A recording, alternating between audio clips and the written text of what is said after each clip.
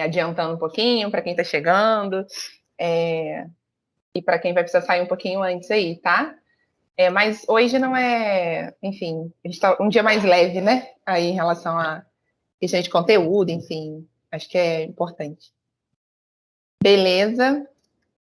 Gente, vou jogar rapidinho, então, aqui a prova. No geral, né? Mais uma vez, vocês arrasaram, foram muito bem. E foi excelente. Fico muito satisfeita, muito feliz de ver o resultado de todo mundo. Vocês foram bem demais da conta. Então, a gente faz só uma. Se tiver alguém com alguma dúvida, pode me mandar mensagem. Eu trabalho, por isso que eu pedi para o Hélio mandar lá no grupo. Depois que eu fui ver a quantidade de gente que não estava com trabalho, aí eu fiquei na dúvida. Eu falei, caramba, será que o pessoal não colocou o nome e tal? Mas foi isso mesmo, né? Deu para desenrolar. Então, vamos lá. Vocês receberam, porque eu botei agora para ir uma cópia. Vocês receberam a cópia da prova de vocês na hora, no e-mail? Eu recebi. Ah, então show. Aí qualquer coisa vocês podem ir olhando aí. Então vamos lá. Segundo a Galarrondo, existem alguns componentes que são responsáveis pelo surgimento, constituição e manifestação dos sintomas e dos transtornos. E esses podem ser divididos em fatores pré-disponentes e fatores precipitantes. Assinale a opção que descreve os fatores pré-disponentes.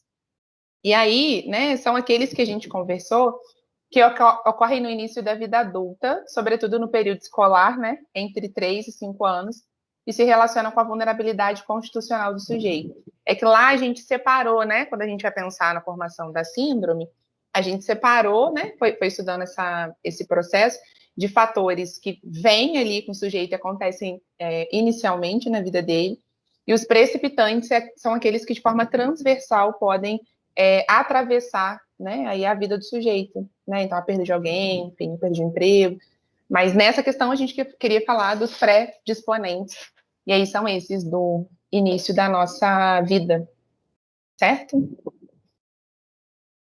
A segunda concepção psicopatológica, a evolução temporal dos transtornos mentais, observam as características dos fenômenos agudos ou subagudos, que podem ser classificados em.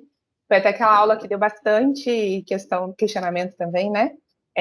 Sobre essa questão do surto.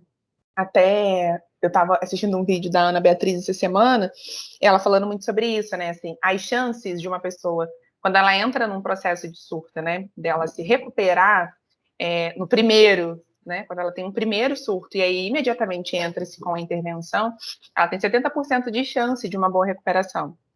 E aí, se a gente for pensar até o terceiro, ela fala que tem 70% de chance de não recuperação.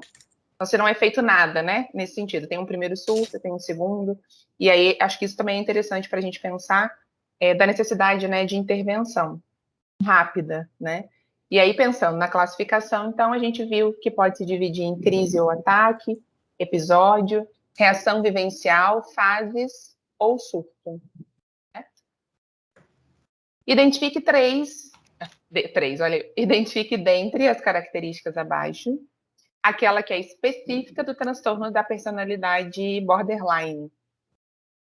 Né, existem diversos critérios, né, gente? Mas eu acho que é importante a gente conseguir diferenciar, né?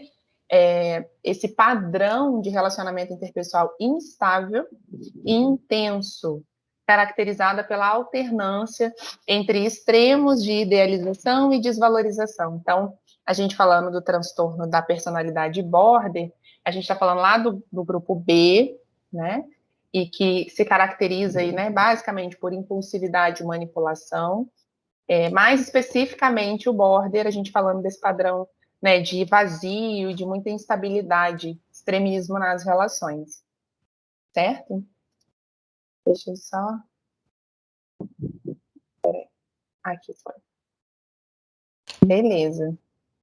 Gente, tem alguém com áudio aberto? Deixa eu voltar. É a Raquel. Raquel, o áudio está aberto.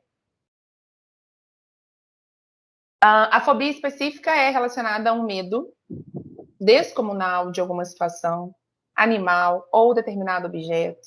Alguns comportamentos podem causar estranhamento ou desconforto no indivíduo. Dentre as opções abaixo, quais delas fazem parte de um quadro fóbico?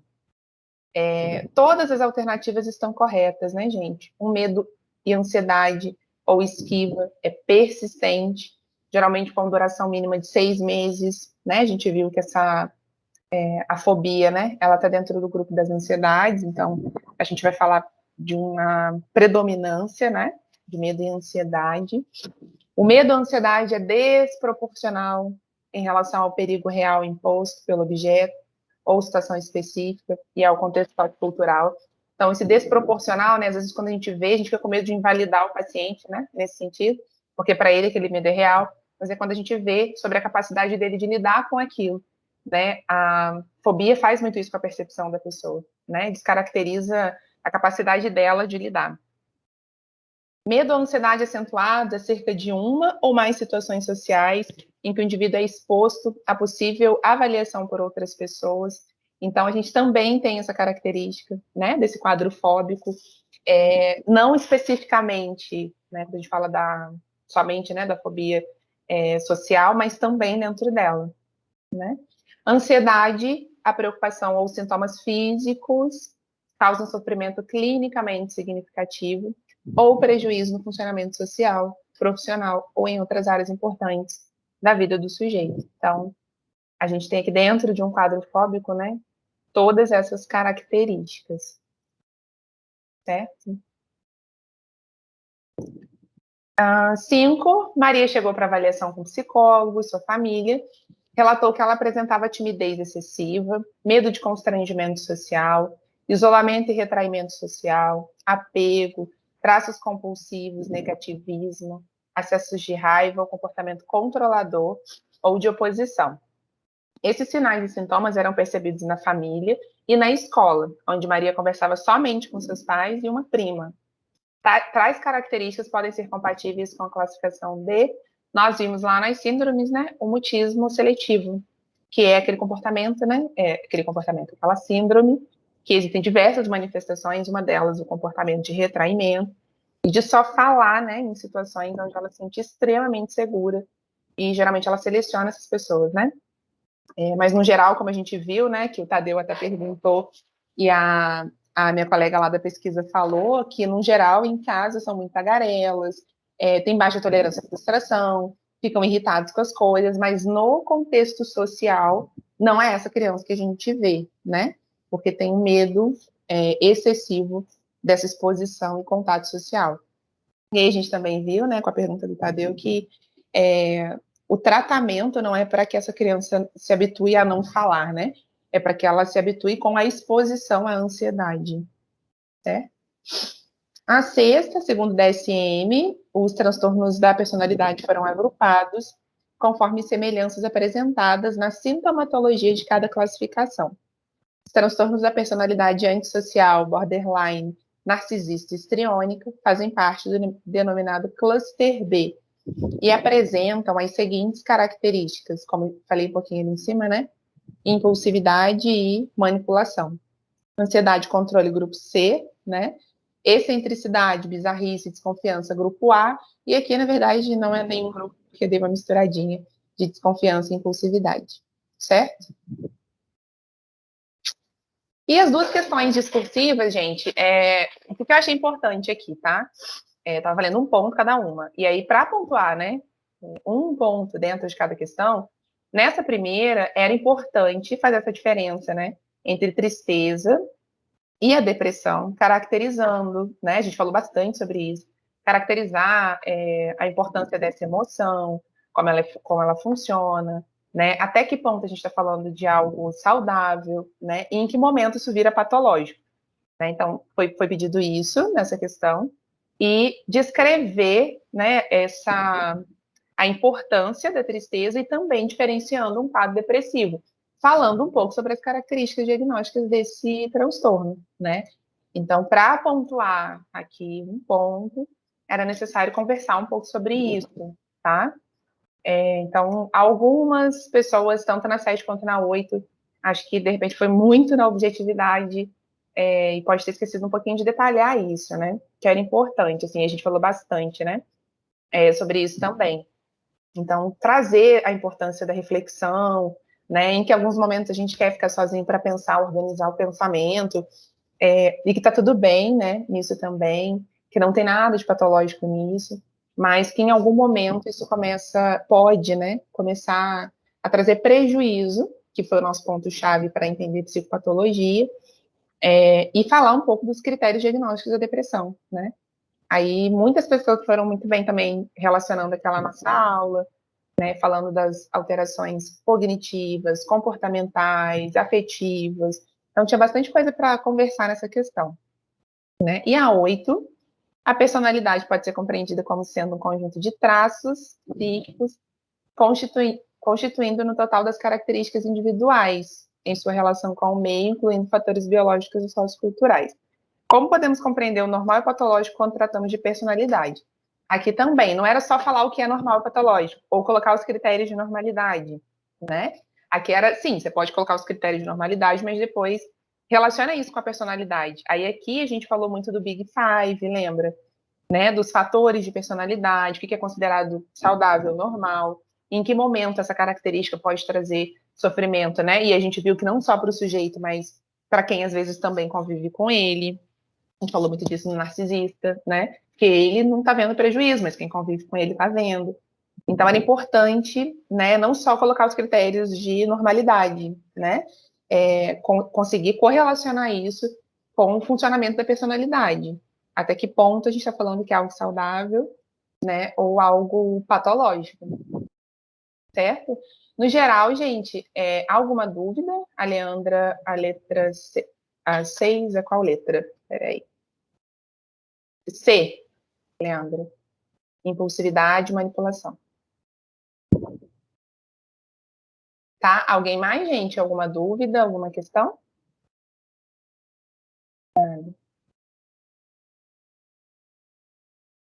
Tranquilo? Alguém ficou com dúvida no geral? Sobre a nota, alguma coisa? Se quiser, depois pode mandar mensagem, e-mail, para a gente ir conversando um pouquinho, tá? Depois eu deixo no chat também, gente, mais recadinho para a V3.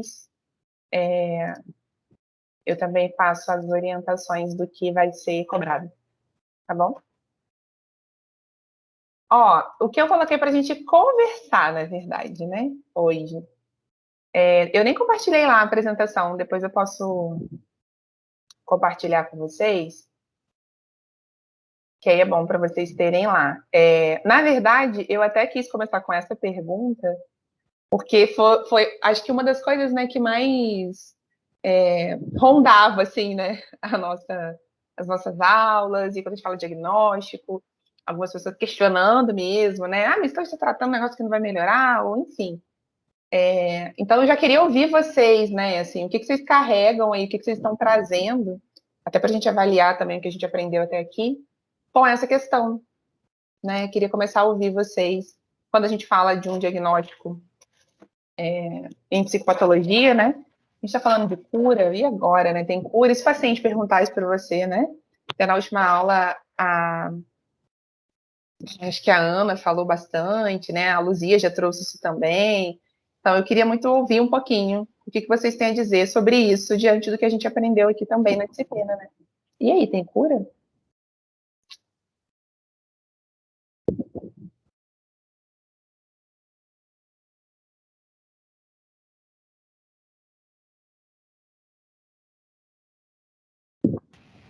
Oi, Sandra, boa noite. Eu não entendi a pergunta. Falhou aqui. Eu quis colocar, Hélio, assim, diante de tudo que a gente aprendeu, né, dos diagnósticos, de você dar essa devolutiva para o paciente, a gente teve durante a aula algumas questões sobre isso, né? Se o que a gente está fazendo aqui, ou vai tratar, tem cura. E aí eu queria saber um pouco o que vocês estão trazendo, né, sobre essa ideia de cura na psicopatologia. Eu posso dar um passo atrás? Claro. Tá. Então, uma coisa que me suscitou assim, uma busca por mais intensidade do estudo é diagnosticar. Eu me senti assim, diante de tantas possibilidades, tantas congruências, né? São situações patológicas que nos remetem aos mesmos sintomas e sinais que exige de nós, enquanto profissionais, uma pesquisa mais apurada, né, um conceito, uma busca, talvez, de estudo mesmo. Então, não sei se é o seu caso, acho que, assim, diante de um cenário, você até mencionou que você foi atrás de alguém da semiologia, não sei se foi isso, que você foi buscar uma aula adicional sobre algo para que pudesse te parametrizar diante de um cenário novo que se apresentou. Então, essa constante busca, mesmo depois de uma formação de doutorado, né, eu achei isso muito enriquecedor. Como toda a sua aula, né, a gente já falou diversas vezes, que é uma prática, né, é uma prática em si. Eu achei muito bacana isso nesse sentido. Tá bom? Muito bom, Hélio. E é isso mesmo, assim, gente, eu acho que a clínica, de uma forma geral, a gente, entre aspas, assim, né, mas a gente tem um trabalho mais solitário, né? Eu falo, por exemplo, por estar num consultório agora sozinha, né? Então, eu fico, às vezes, com essa dificuldade, né? Assim, com quem que eu vou trocar? Gente, tem caso que fica um nó, né? Aí não vai para frente, vai para trás, você não consegue. E aí a supervisão é para isso, né? A gente conseguir pensar junto com alguém, sem dúvida, em psicopatologia, assim, eu acho que a gente se está trocando sempre, estudando e reavaliando. Acho que esse é um recadinho, já o primeiro, né? Da disciplina para vocês, assim. Sandra, Sandra, é o Oi? seguinte, Raquel, é o Oi, Raquel. seguinte, eu estudando, eu notei que vários transtornos têm os mesmos sintomas. Então, para cada transtorno, qual o mínimo de sintomas? Entende o que eu quero Aham. dizer? Uhum. Importante, Raquel, só complementando, assim, para emendar um pouquinho na sua questão. Eu acho importante a gente entender essa dinamicidade do processo de psicopatologia, né, de elaboração de um diagnóstico, assim. Gente, eu falo porque, às vezes, eu estou atendendo um paciente 6 meses, às vezes quase um ano, e mudar o roteiro todo, sabe? Assim, você fala, caramba, estava indo por essa direção, estava apostando muito nessa direção, e aí a gente, né, como eu falei para vocês, de uma paciente agora adulta, que o professor Ivan até contribuiu muito, que ele fez a avaliação neuropsicológica dela, ela chegou para mim, eu com um quadro, assim, né, de depressão, pensei muito sobre o quadro depressivo, mas existia algo mais estável, mais duradouro. Aí a gente já começa a virar um pouquinho a chavinha para transtorno da personalidade. E aí, junto com ele, né, com o diagnóstico dele, a gente foi identificar que é uma paciente com diagnóstico tardio do espectro autista. Então, assim, eu já atendo essa paciente há um ano.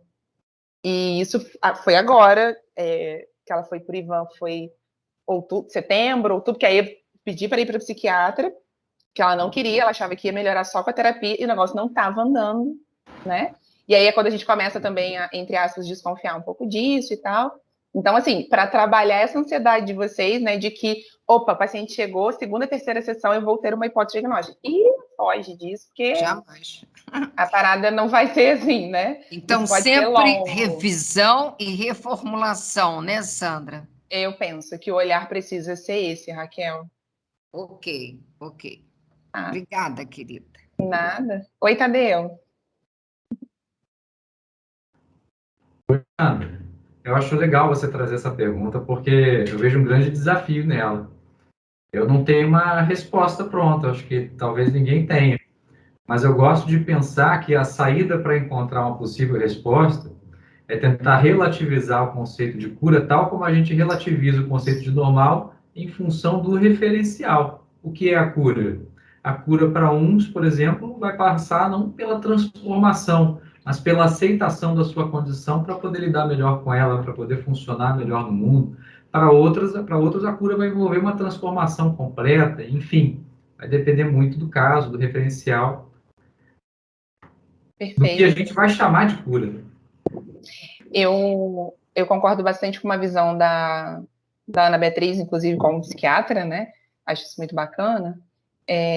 De que, gente, todos nós, né, temos alguma coisa aí que a gente sabe que precisa entrar num processo de crescimento, desenvolvimento, né, de melhoria. Nem todo mundo se conscientiza disso, mas a gente sabe que tem, a gente sabe que tem. E não necessariamente patológico, né?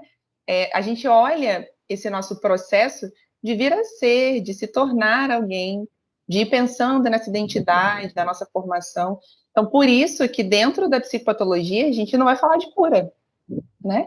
Eu vou falar de um processo de funcionalidade, do quanto o sujeito se encontra, né, saudável dentro daquela condição. Essa paciente com TEA, por exemplo, cara, a gente vai fazer psicoterapia para ela se tornar mais habilidosa socialmente?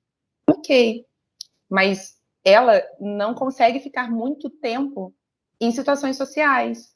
Então, assim, se tiver uma festa, eu prefiro que ela, como ela falou, né, da última semana, a gente chegou a essa conclusão, que tinha uma festa do marido, festa assim, né, uma reuniãozinha do marido, com os amigos. Ela falou, eu estava muito indisposta, porque eu já tinha feito muitas coisas, né, durante o dia, e eles têm mesmo esse timezinho, assim, tem hora que não dá, quer ficar isolado na dele. E aí ela falou, poxa, eu acabei não indo. Aí a gente pensou juntas assim, você não precisa chegar às 5 da tarde e ficar até meia-noite. Você podia ter chegado tipo, umas 8, ficar até umas 9. Então, oi e tal. Então, talvez ela vai ser essa pessoa, que vai chegar às 8 e vai embora às 9. Ok. Agora tem um que chega assim que não quer ir embora. E aí eu vou falar que ela é patológica porque ela chega, entende? Dentro do funcionamento dela, isso a gente vai considerar dentro de um grau de normalidade saudável.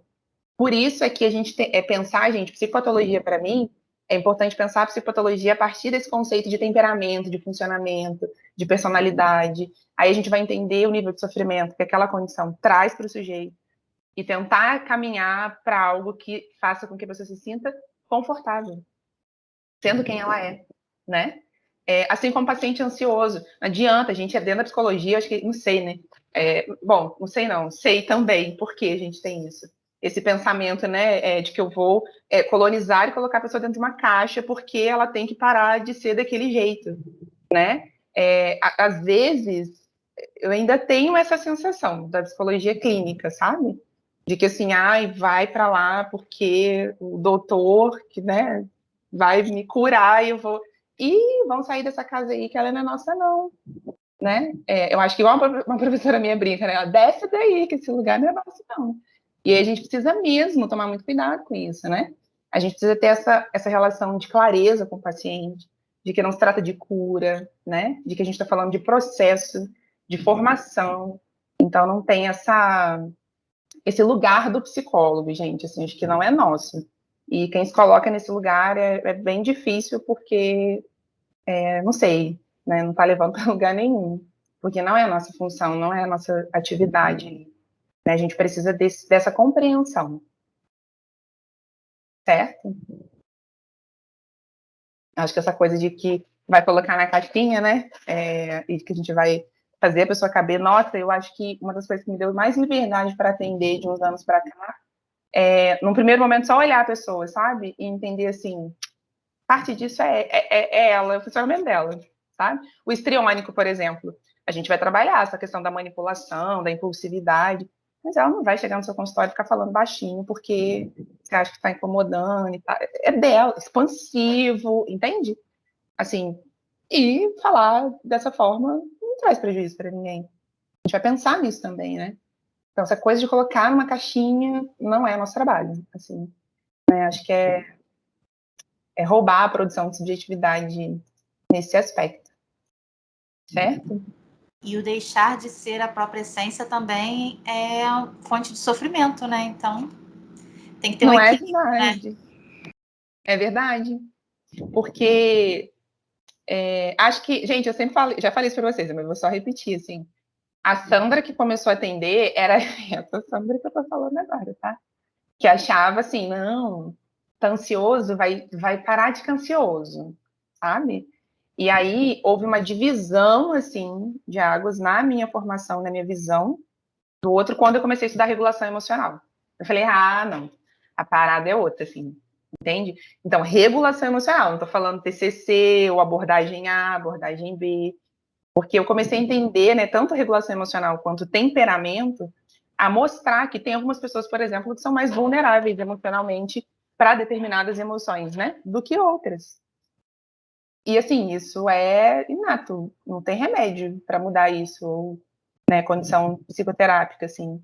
Que a gente vai falar de manejo, né, e de encaminhar o sujeito para essa compreensão também. Certo? Muito bom, Zenaide, também bem lembrado. E aí também, né, lá atrás também surgiu essa questão, né, de doença e transtorno. Lembro que Mari também até colocou algumas coisas no chat no dia sobre isso. Então, para a nossa pergunta, né, quando a gente fala de doença, e aí a gente vai falar de cura na doença, para a maioria delas, né? Algumas a gente sabe que ainda não. Porque a gente fala de a doença, ela tem uma causa e processos conhecidos. Por isso que dentro do processo psicopatológico, né, a gente não tem, que a gente está falando aqui de um transtorno em que existe um comprometimento biopsicossocial. Onde é que começou esse negócio? Vai perguntar para o paciente, onde é que começou? Onde é que você acha que começou? Você pergunta e nem faz para o paciente, né? Assim, Sandra, mas e lá nos sinais e sintomas? A gente aprendeu, né, até, assim, quanto tempo você está assim? Aí você vai estabelecendo o que a gente conversou sobre a timeline do paciente. Mas te especificar, assim, sabe? É porque eu acho que é quando eu tinha 10 anos, ou quando eu tinha... Assim, gente, quando ele tinha 10 aconteceu, você vai anotar. Aí daqui a pouco ele traz uma coisa quando ele tinha 18, daqui a pouco ele lembra um negócio quando ele tinha 5, e daqui a pouco... E é isso. E a gente vai montando esse quebra-cabeça aí. Então, não tem um momento. Mas e o estresse pós-trauma? A pessoa passa por um processo traumático e a partir dali desencadeou. Tá, mas e a vulnerabilidade emocional dela? Aquilo. Certamente é antecedente, né? Porque nem todo mundo passou por aquela situação vai desenvolver o mesmo trauma. Olha a complexidade do negócio. Então, a gente não fala, né, de cura por conta disso em transtorno. Na doença, sim, né? Se a gente pensar no processo gripal, né? A gente sabe a causa, quando começa, o curso, quantos dias geralmente vai durar, qual é o remédio que vai, 7 dias depois de antibiótico, tem esse resultado, se não tiver, faz isso, né? No geral, a gente tem esse fluxograma. No processo psicoterápico, gente, na TCC, agora mais especificamente, a gente até tem um plano de tratamento, mas que eu confesso, assim, que às vezes tem dia que você planejou tudo, e aí o paciente chega, você fecha o computador, porque não é nada que você vai usar. Né? E a TCC, às vezes, as pessoas criticam muito, né? Porque, não. Aí a pessoa chega, independente do que ela fala, você tem a tarefa de casa. Não. Assim, já aconteceram várias vezes, né? Às vezes tem uma paciente até que sempre fala comigo assim, eu vejo que você imprime as folhinhas, fica sempre aí do seu lado, você nunca me entrega, né? Você não consegue me entregar. E às vezes acontece mesmo. Porque assim, eu tenho aqui um planejamento, mas aí a pessoa, né, chega ali e aí a gente precisa reestruturar. Sei lá, semana que vem a gente usa, então. Entende? Ou então não a folhinha, mas eu dou um jeito de encaixar aquela tarefa na sessão. Então, por isso também, gente, saindo dessa disciplina, é importante levar isso com vocês. A gente não fala de cura, porque aqui a gente trata transtorno, e aí a gente não fala de uma causa específica, não sabe quando começou. O paciente com depressão carrega essa marca, assim, né, que dá até difícil, assim, né, de pensar, porque todo mundo vai pensar, mas como começou? Gente, mas assim, o que aconteceu? Sabe? É muito frequente. E hoje, hoje, por exemplo, eu atendi um paciente com aquele quadro que a gente conversou da depressão persistente. Quando eu olho para ele, assim, não sei onde começou, para onde que foi, voltou. Eu sei que está indo, sabe? A gente está indo, assim, com esse processo, né? E aí, obviamente, existem coisas que a gente vai percebendo que se repetem, né? Então, culpa excessiva, autocobrança, um padrão de inflexibilidade, né? Mas, assim, com 10 anos ele traz memória de fazer algumas coisas nesse sentido. Começou com 10, entende? E aí também, de verdade, é uma coisa que eu aprendi sobre o que é clinicamente relevante. O quanto é clinicamente relevante eu saber que com 10 anos, que ele tá brincando na rua, aí uma pessoa falou um negócio, assim, clinicamente falando, né, clinicamente relevante, não deixa de ser diante do quadro como um todo, né? A não ser que seja algo específico, de transtorno pós-trauma, e a gente esteja falando, por exemplo, de uma situação de violência, né? E aí sim a gente vai pensar no quanto isso pode ser prejudicial para o sujeito. Gente, agora que eu me dei conta que a parada não foi não, né? Eu tô falando. Eu tinha tirado. E aí, assim, eu acho que isso é muito importante também, gente. Quero muito que vocês saiam da disciplina lembrando disso, né? A gente não está falando de cura por conta desse processo biopsicossocial, né? Que o sujeito vai passar, certo? Algum comentário? Deixa eu ver vocês. Deixa eu voltar aqui. Deixa eu ver vocês. Vamos lá. Concordam, não? Como vocês veem isso também?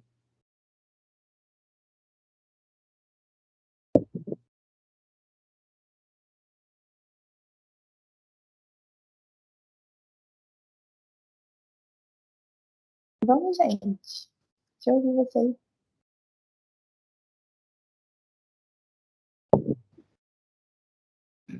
Sandra, é o Oi, Raquel. seguinte,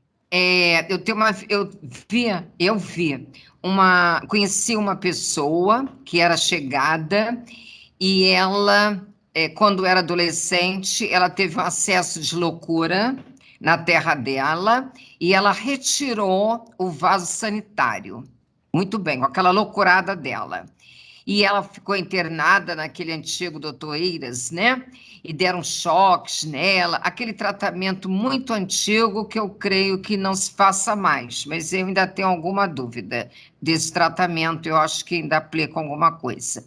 Muito bem, você sabe que ela mudou de ambiente, ela veio para Resende, ela casou, tem filhas e nunca mais ela teve uma crise de loucura porque ela saiu daquele ambiente que a oprimia. E aí a mãe dela me escreveu e falou: Raquel, o que você acha? Tenho que contar para o marido? Ela vai casar. Tem que contar para o noivo? Eu digo: não, não conta. Mas você sempre acompanhe e peça para ela ter um apoio numa psicóloga, num psiquiatra, e assim há anos ela tem esse apoio e ela está vivendo já uns 15 anos muito bem. E tem 2 filhinhas, nasceram normais, então é o biopsicossocial, é o ambiente que ela saiu daquilo, ela conseguiu, está vencendo, né? Ela toma os remedinhos, mas ninguém precisa saber. Eu sei, mas nunca irei contar, ok? Obrigada, Raquel. Eu penso, né, gente, essa fala da Raquel também é muito importante e isso vai atravessar muito vocês diante da prática, assim. O conta ou não conta, né? Ah, fala ou não fala? Tem que, né? Eu acho que isso é muito importante, assim, como eu disse, do clinicamente relevante, né? A essa altura do campeonato, para essa pessoa, mas aí vai falar mentira, não é sobre certo e errado. É relevante? A gente precisa se perguntar isso, né?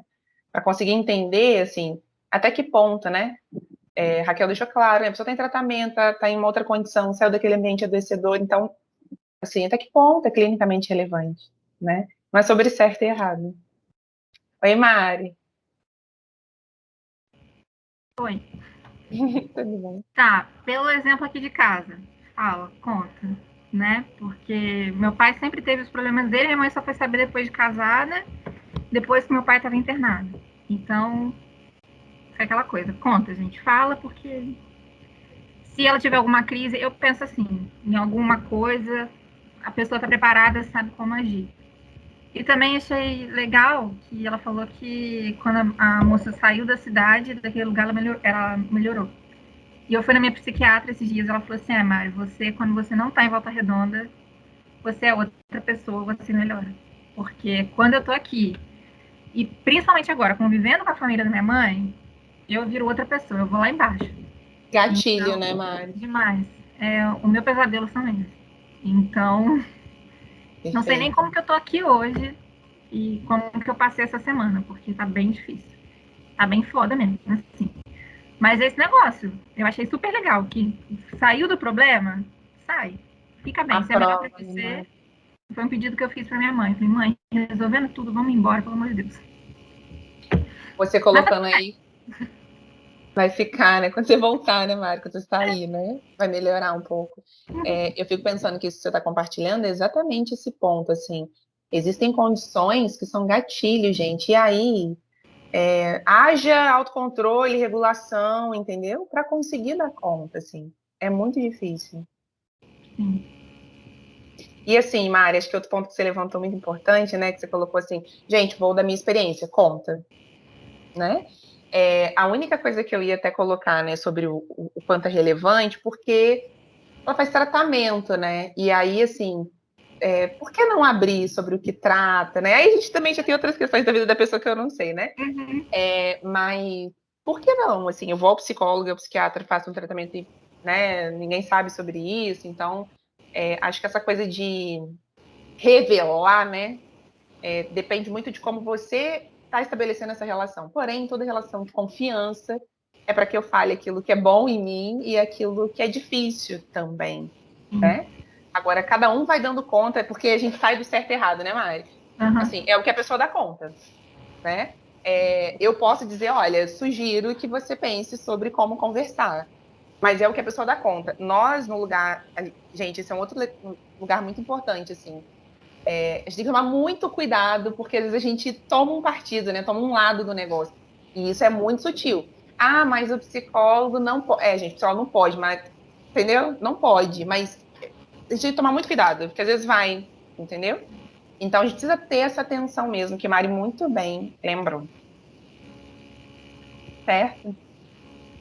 Muito bom, Mari. E eu falo isso, complementando, né, o que a Raquel e a Mari colocaram, gente. Eu tenho uma paciente que ela está em tratamento de ansiedade, transtorno misto de ansiedade, depressão, já faz tempo, tá comigo um tempinho já. E pela minha hipótese, assim, né, ela está se relacionando com uma pessoa narcisista. A narcisista bravo mesmo, assim, muito mesmo. Extremamente intolerante, manipulador, invalidante, sabe? E aí, invalidações diversas, de xingamento, gente, diversas, assim, acho que eu ficaria aqui horas falando dessa relação. E é uma paciente com esquema de fracasso. E ela tem, para mim, ela tem TDAH também aí, que é aquela pessoa que, né, se enrola muito para fazer as coisas, dificuldade de tomada de decisão, ela está endividada hoje. E só para ver, né, o nível dessa relação e de manipulação, né, esse companheiro, esse marido, eles são casados com separação total de bens, e o cara é cheio da grana. Faz sentido a minha mulher ter uma dívida enorme? Pera. E aí fui primeiro trabalhar nessa ideia de, bom, quem está na sua rede de apoio, e aí seu marido não aparece na rede de apoio, aí já comecei a ver, né, tem alguma coisa errada, gente, vamos ver isso, né? E aí é completamente invalidante, né? É aquela pessoa, sabe aquela coisa assim, gente, quando criança, adolescente, fala, eu consegui tirar uma nota boa, fez mais que sua obrigação, você só estuda. Sabe, assim, é nesse nível, assim, sabe? De nunca tá bom, nunca fez uma conquista o suficiente. Óbvio, o narcisista ninguém pode estar melhor que ele. E ele vai ficar com quem? Com quem está inferior a ele, obviamente. E que, de alguma forma, não vai conseguir subir ali até onde ele está. Então, uma relação maravilhosa para ele. E para quem tem um esquema de fracasso, infelizmente também. Porque só reafirma o quanto essa pessoa não se sente capaz, né? De conseguir manejar, enfim, as coisas. Nesse último final de semana, depois de ter transformado o aniversário dela num dos piores dias também, nesse último final de semana, depois de um passeio, eles estavam chegando no shopping, aí o shopping estava fechando, e aí ele começou a xingar, né? Tipo, pô, eu falei que era para vir mais cedo, não sei o que, não, e ninguém sabia, né? Naquele horário o negócio ia fechar. E aí eu falei, então vamos só comprar um sorvete antes de ir embora. E quando chegou no carro, um sorvete, eu também não quero sorvete nenhum, não sei o que. Gente, assim, uma ida ao shopping para comprar um negócio, sabe, assim? E aí ela começou a contar, começou a ficar emocionada e tal. Cara, eu ouvindo aquilo.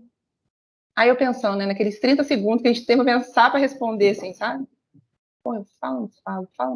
Que é isso que a gente tá falando de contexto, né? Eu falei, olha, fulana, eu vejo tanto seu esforço aqui e eu acho tão bacana.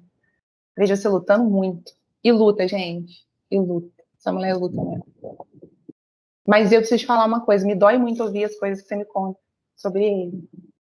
Me dói muito ouvir como você é tratada. É muito, muito difícil ouvir sobre isso. Eu sei que é difícil sair e é difícil ouvir você me contando. Eu preciso te dizer que existem fatores, aí vocês vão lembrar daquela nossa aula que a gente falou de fatores de risco e proteção. Lembra quando alguém falou, né? Falou assim, casamento pode ser fator de proteção, mas pode ser de risco. E aí, com essa paciente, eu expliquei já falar na aula, na sessão para ela, sobre fatores de risco e proteção para a saúde mental. E aí eu falei, bom, onde é que a gente vai colocar o casamento nesse momento? Eu sei que hoje é um ambiente de risco para mim. Cara, a gente tem que tomar essa consciência. Tipo, o tratamento psicoterápico vai ter um alcance para essa paciente? Vai, mas eu já estou consciente, enquanto ela estiver nesse relacionamento é limitado. E vai chegar um ponto que a gente vai ficar com a sensação que está enxugando gelo, porque infelizmente, ali, é isso que eu tô falando, tá vendo? De tomar partida, porque às vezes, sempre que eu penso nesse caso, eu falo, cara, tem que tomar muito cuidado, porque assim, né, parece que a gente tá com aquela coisa assim, cara, sai desse lugar, assim, pelo amor de Deus. Já teve uma violência física há um tempo atrás, aí separou, voltou. Então, assim, tá em risco, tá em risco. Eu não posso falar, separa. Aí, qual foi o caminho que eu encontrei? Falei, vamos falar de fator de risco. Aí, deixa ela também ir acomodando isso ali dentro, né? Então, isso que a gente está conversando de ambiente, tá vendo o fator biopsicossocial? Onde é que começou a ansiedade do paciente, a depressão, onde é que termina, onde é que vai, né? E aí a gente precisa olhar, né, esse curso por completo, certo? Não foi nem à toa, né, que eu lembrei desse caso, porque, poxa, mas foi doído mesmo. Aqueles 30 segundos, assim, que eu tava ouvindo, falei, cara, fala, não fala. Assim, porque, né, a gente tem que encontrar uma forma habilidosa, né? Porque, gente, ela vai voltar para casa. Ela vai chegar em casa e falar, é verdade, aprendi isso na terapia, agora eu vou me separar. Óbvio que não, né? Existe uma dependência emocional ali também, não só financeira, então, e financeira, que também, assim, para onde que ela vai, entendeu? Então, bem isso. Então, é um caso complexo, assim, difícil. Mas o que eu acho que foi importante fazer por ela ali era dizer, olha, existem riscos e você está exposta a um risco bem grande aqui. Faz sentido, gente, para vocês? Total. Eu acho que é uma das maiores dificuldades de se lidar com casos de violência doméstica é o contexto. Porque por mais que você queira muitas vezes ajudar a pessoa, tirar a pessoa daquele ambiente, primeiro que, sendo realista, ninguém vai abrigar a pessoa do dia para a noite, principalmente se ela for dependente financeira de alguém, né? E nem sempre a pessoa é dependente financeiro porque quer. Às vezes, eu conheço casos da pessoa procurar um emprego e o companheiro ir lá arrumar um escândalo ou falar diretamente e a pessoa perder esse emprego, justamente para que ela não tenha nunca essa liberdade, né, financeira. Então, assim, ninguém vai querer abrigar uma pessoa em casa, né, adulta, às vezes já tem filhos também, sem ter a menor, visão de quando vai ter dinheiro, de quando vai ter emprego, de quando vai sair. Então, já é uma coisa real, né? Então, como tirar essa pessoa dali? E como ajudar a pessoa a enxergar esse ambiente, né? Tem que ser com muito cuidado. Eu vejo, às vezes, as pessoas tratando isso com uma coisa muito... mas por que fica? Fica porque quer, sofre porque quer. Quando você tem filho, é muito mais difícil, porque não é só você tem o impacto emocional dessa criança também, você tem a estabilidade de vida dessa criança, que a gente entra no meio jurídico, e os juízes sempre levam isso em consideração, né?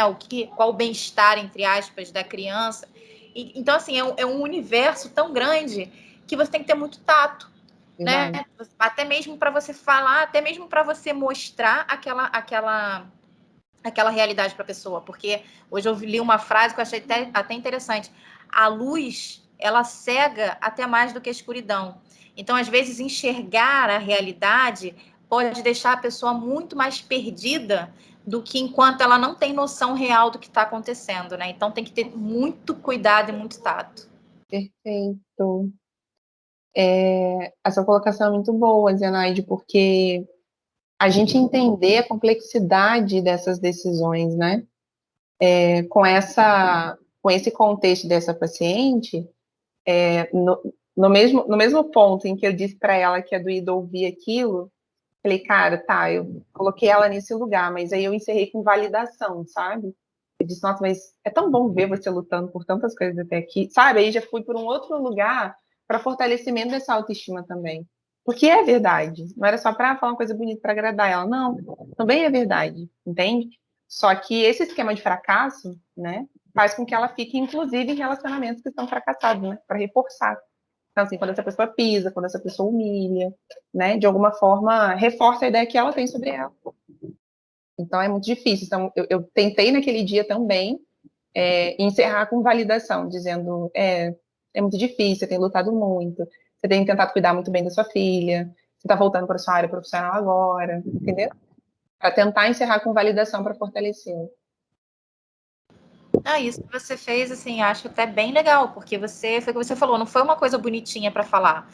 É mostrar o que ela está fazendo, porque às vezes a pessoa também não consegue enxergar o que ela está fazendo como algo positivo, ou assim, o tanto que ela já alcançou, né? Eu lembro sempre da sua aula que você falava de ter um acompanhamento, né? Para que quando a pessoa pergunte, mas está dando resultado, você ter, às vezes, ali visualmente para mostrar para ela. Então, quando você mostra o cuidado com a filha, a volta que ela está tendo à área dela, não é fácil. Eu imagino que deve ser algo, assim, muito difícil, porque você cuidar de alguém quando você está mal já é complicado, né? Você imagina você tentar fazer isso com o filho e tudo mais.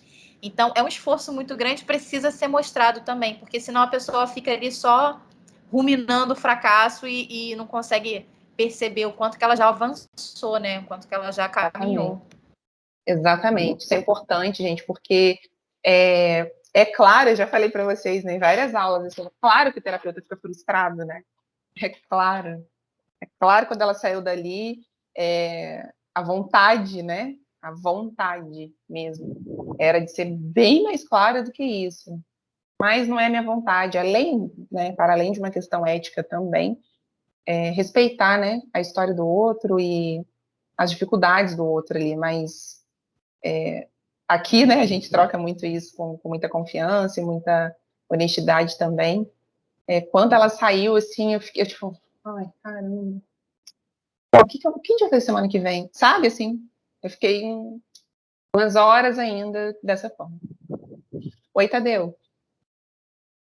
Sandra, eu fiquei com uma dúvida quando você se referiu a esses esquemas de fracasso. O que eles representariam? Seria uma espécie de autossabotagem, uma tendência a buscar, ainda que de forma inconsciente ou sem saber explicitamente, o fracasso, a frustração, situações que a coloquem nessa posição? Ou isso implicaria em enxergar as situações nas quais ela se encontra, ainda que sejam situações de sucesso ou relativo sucesso, como situações de fracasso, ou um misto das duas coisas? O que eu acho importante, Tadeu, assim, porque na aula de hoje, né, também não ia dar tempo da gente falar, porque eu tô até procurando aqui para. Eu achei. Eu vou só mostrar para vocês esse slide. Foi até de uma aula de ontem. Peraí, cadê?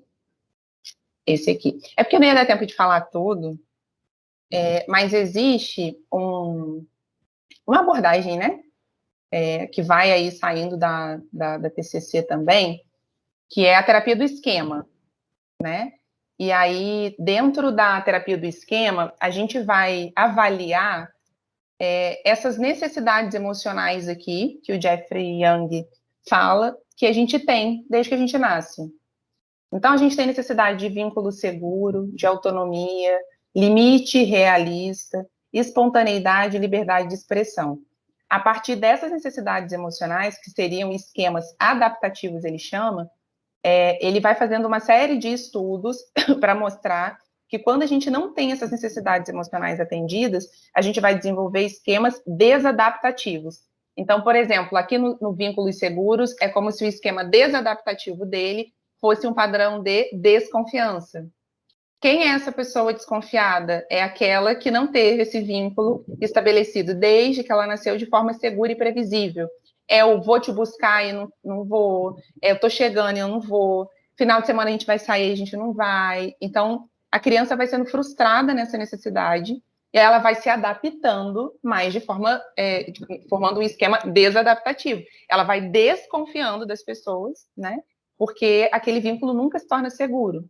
É só um exemplo, né? De vínculo seguro versus desconfiança e abuso. Autonomia versus dependência. Limites realistas versus padrão inflexível. E aí a gente vai tendo vários, né? Esquemas aqui.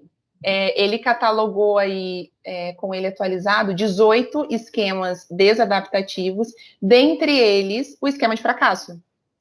O esquema de fracasso, ele está dentro dessa necessidade aqui, de autonomia e competência.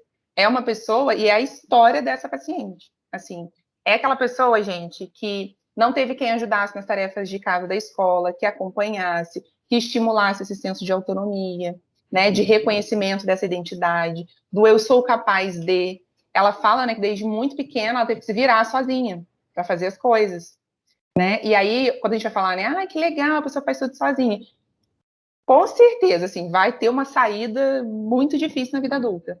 Por quê? Porque eu não sou capaz ainda, né, de fazer muitas coisas sozinho. E aí é importante, né, a gente pensar a partir dessas necessidades emocionais aquilo que não foi atendido, né, e o quanto isso vai gerando uma série de frustrações na pessoa. Faz sentido, Tadeu? Faz sentido, sim. Porque aí a gente tem, né? Você entrega, tem um questionário dos esquemas desadaptativos, a gente entrega para o paciente, ele tem 90 afirmações gerais, né? Mas aí a gente vai pontuar depois, né? Organizando, fazendo a tabulação disso, quais esquemas a pessoa atende como desadaptativos. Quando a gente faz, né? Quando a gente vai aprender na aula, aplicam na gente. E aí, boa parte dos psicólogos tem esquema de autossacrifício, que é você pensar excessivamente na necessidade do outro. Você, às vezes, até se sentir culpado quando você faz o que é melhor para você. E aí a gente vai, né? Eu lembro que na aula foi quase que unânime o esquema de autossacrifício.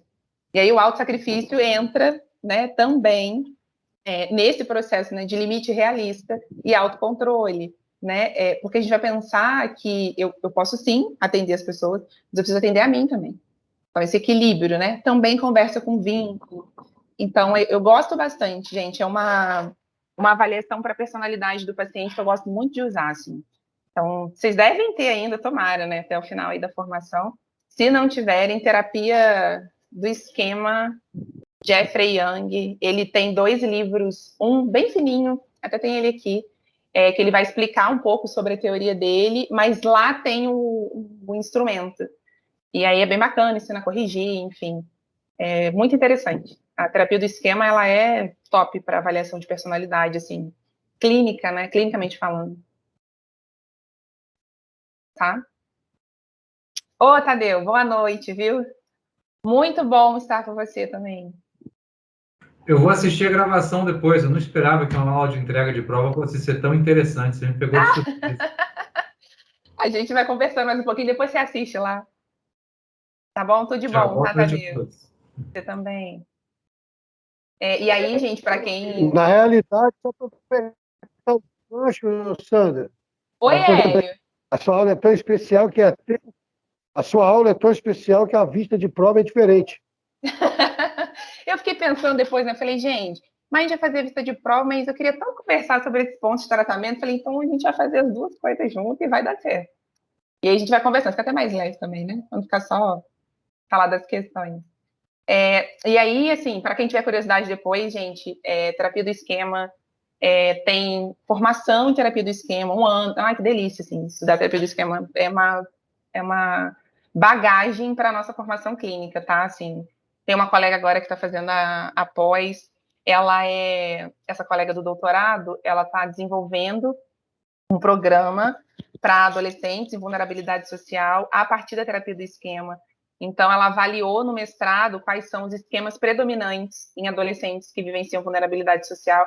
E aí foi incrível, porque vulnerabilidade emocional, esquema de fracasso, né? E aí é bacana esse tipo de diagnóstico para a gente entender aonde precisa intervir, né? Então, um trabalho incrível também da Gabriela Braz. Então, assim, terapia do esquema só não estudo mais, porque não tem tempo para estudar, mas é incrível, gente.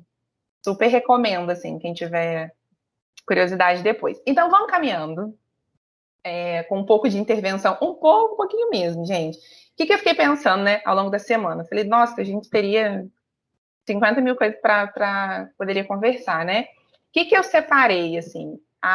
Eu lembro que durante alguns momentos da aula eu falei sobre a terapia comportamental dialética, né?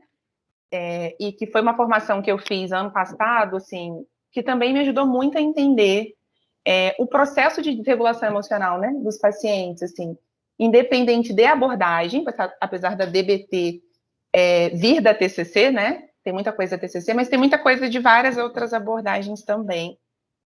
Terapia comportamental dialética é o que tem de mais eficaz e clinicamente testado para tratamento de transtorno da personalidade borderline, mas eu não queria falar especificamente de um tratamento, né? Vamos falar de tratamento de depressão, ansiedade ou personalidade. Eu pensei em algo que nas primeiras sessões eu faço muito com todos os pacientes. E aí eu falei, cara, eu acho que conversar sobre isso vai fazer mais sentido, né, do que entrar na TCC ou entrar em alguma outra questão nesse sentido. Então, o que eu trouxe, só para vocês entenderem também, a DBT ela tem 2 manuais, um manual para o terapeuta, um manual para o paciente. E no manual do paciente tem várias tarefas, né, que esse paciente ele vai seguindo. A DBT, ela se estrutura, gente, resumidamente, tá, também, em tratar e trabalhar o paciente em 4 grupos de habilidades. Como assim? São habilidades que provavelmente, né, ele não tem nos relacionamentos, na vivência, e a gente pode ir tratando, pode tratar as 4, você pode usar uma só, você pode usar 2, enfim, de acordo com a avaliação, né, desse paciente. E que grupinhos são esses de habilidades? De regulação emocional, efetividade interpessoal, de mindfulness e de tolerância ao mal-estar. E as habilidades de regulação emocional e tolerância ao mal-estar, gente, é para qualquer, na verdade, transtorno. É para qualquer pessoa, né? Acho que, assim, eu quando leio as habilidades de tolerância ao mal-estar, de regulação emocional, eu falo, cara, é para a vida, para a nossa vida, né? Então, por isso, vocês vão perceber, assim, que dá para usar com qualquer paciente, já usar com a gente primeiro, né? E aí, para a gente conversar um pouco, eu queria que vocês falassem, enfim, se tiver dúvida, vocês podem ir falando, perguntando, mas eu queria apresentar um pouquinho, então, dessas... Eu vou aumentar, gente, porque acho que vai ficar meio pequenininho para ler, né? Depois eu vou compartilhar esse slide lá, tá? Então, dentro desse grupo de habilidades, eu trouxe hoje para a gente conversar um pouco mais sobre a tolerância ao mal-estar. Boa parte do processo de desregulação emocional começa porque eu não tolero, né, esse desconforto. Então, dentro desse processo, a gente vai ensinando o paciente o que é tolerar, o que é aceitar, né? Como isso pode ajudar no manejo. Hoje, por exemplo, uma paciente, já está comigo há um tempinho, ela faz tratamento por conta de ansiedade. E aí, uma das coisas agora que ela quer olhar é direção. E aí, ela tem habilitação, mas ela tem uma série de medos sobre o dirigir. Se o carro morrer, não sei onde estacionar, e se a pessoa ficar me pressionando, e se buzinar, blá. E aí, assim, como ela tem um padrão, né, de muita inflexibilidade, rigidez cognitiva, eu falei, cara, a gente vai ficar aqui debatendo e não vai adiantar, né? Aí, meu primeiro papo com ela foi sobre aceitação. E aí, dentro da aceitação radical, a gente vai questionar o paciente, assim, né? Qual o seu grau de disposição para lidar com o desconforto que essa mudança está te pedindo? Faz sentido? Já joguei essa para ela, assim. Porque, cara, dirigir, gente, eu dirijo desde os 18. Pô, dirigir é uma coisa boa, sim, facilita a minha vida, sim. Mas é um negócio que realmente tem umas paradas que acontecem no trânsito que, né, assim, a pessoa pode buzinar, pode cortar, pode dar setas, tentando falar, entendeu? Então, assim, realmente podem acontecer algumas coisas desagradáveis no trânsito. Qual o seu grau de disposição para lidar com isso? E o quanto você está disposta a aceitar que pode gerar um nível de desconforto? Aí ela, nossa, você não vai me provar que dá para eu dirigir, que eu posso usar habilidades? Eu falei, mas o segundo degrau é esse. O primeiro é você me falar o quanto você está disposta, porque essa parada toda aí que você tem receio de acontecer, ela realmente pode acontecer. Seu carro pode morrer, você pode não saber onde estacionar, alguém pode buzinar, isso tudo pode acontecer. Por quê? Essa paciente ela tem um baixíssimo grau de tolerância a mal-estar e a frustração. Quer ter controle de tudo, então não dá nem para a gente começar a entrar nesse papo de dirigir. Porque as coisas não vão ficar sob seu controle. Faz sentido, gente, como é importante a gente falar, né, sobre aceitação e disposição. Alguém levantou a mãozinha, eu vou voltar aqui. Oi, Renato. Ô, professora, boa noite, tudo bem? Tudo bem? Boa noite. Então, só consegui entrar na aula agora. A senhora já falou referente às notas? As notas, a gente fez a vista de prova, as notas foram lançadas lá sim. Ah, tá, ok, vou dar uma olhada então. Obrigado, professor, desculpa interromper, tá? Nada, imagina, se tiver dúvida, manda mensagem, e-mail, tá? Tá, ok, obrigado. Nada.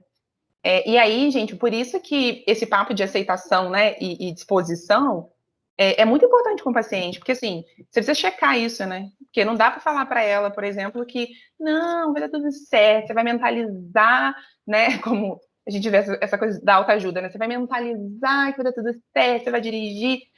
Não sei aí em Resende, mas quem em Volta Redonda falar com você, tá? Tem um dia que é só escutando Emicida ou Barões da Pisadinha para aguentar o trânsito, porque vou falar um negócio pra você, tem hora que aqui, entende? E é isso, como é que eu vou chegar para essa paciente e falar que não, vai dar tudo certo, vai, entendeu? Não tem como, entende? Então, isso a gente precisa trabalhar com o paciente. Qual o seu grau de disposição, né? Para aceitação também. E aí, existem algumas questões aqui que ajudam o paciente a pensar, né? O que é aceitação radical? Radical significa até o fim, de modo completo e total. É aceitar em sua mente, no seu coração e no seu corpo, ou seja, na totalidade, gente. É você por completo, né? É quando você para de lutar com a realidade deixa de ter acesso de raiva porque ela não é como você queria e abandona esse amargor. Olha isso, é essa paciente, entende? Assim, as coisas não vão acontecer como eu quero, as coisas não vão acontecer da maneira como eu desejo, adoraria. Hoje eu trabalhei isso com uma paciente que tem um nível de ansiedade, chega até um nível de agressividade nas relações interpessoais quando a coisa não sai do jeito que ela quer. E aí a primeira frase, né, que eu trabalhei com ela hoje foi que quando a gente transforma desejo, vontade em necessidade, vira problema. E aí ela, caraca, faço muito isso.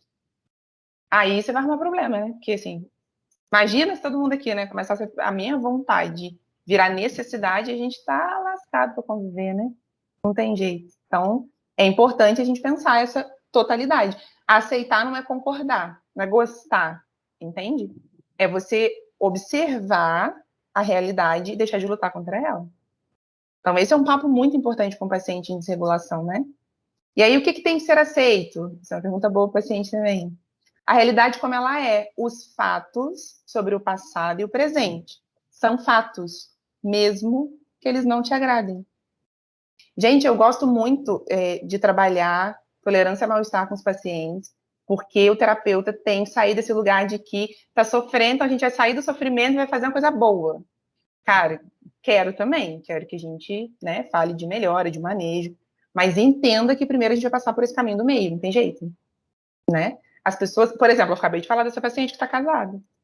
E aí, eu preciso aceitar a realidade como ela é. Esse marido do jeito que ele é.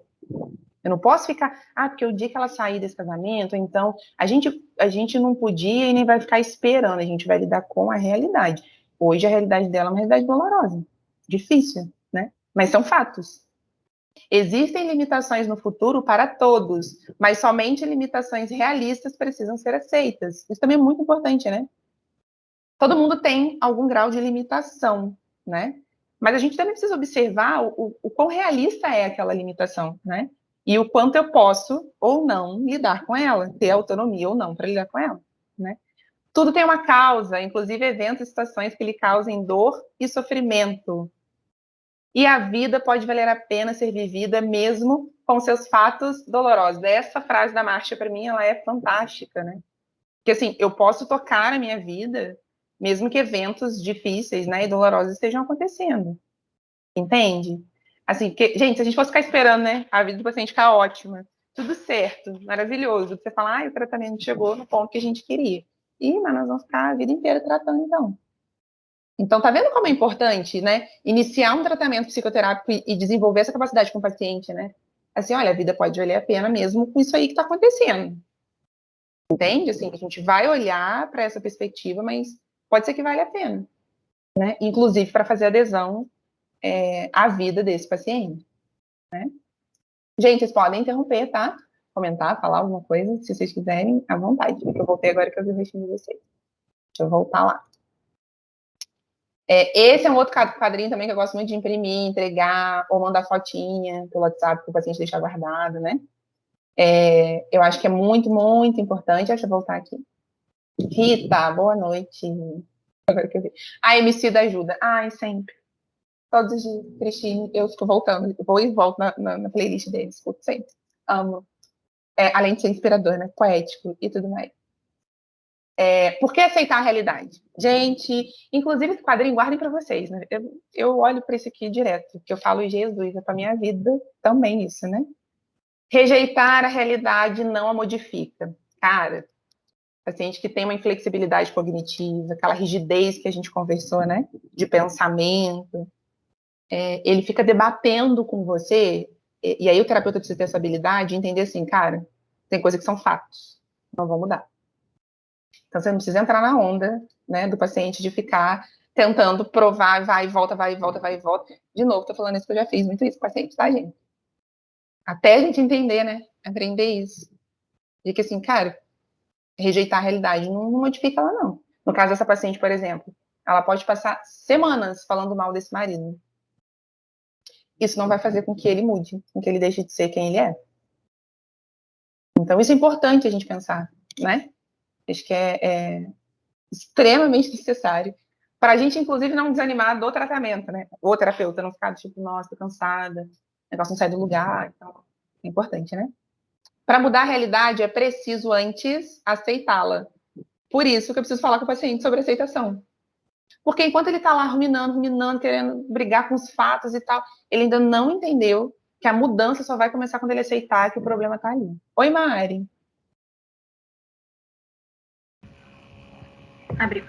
Eu fiquei na dúvida, porque muita gente fala sobre ressignificar.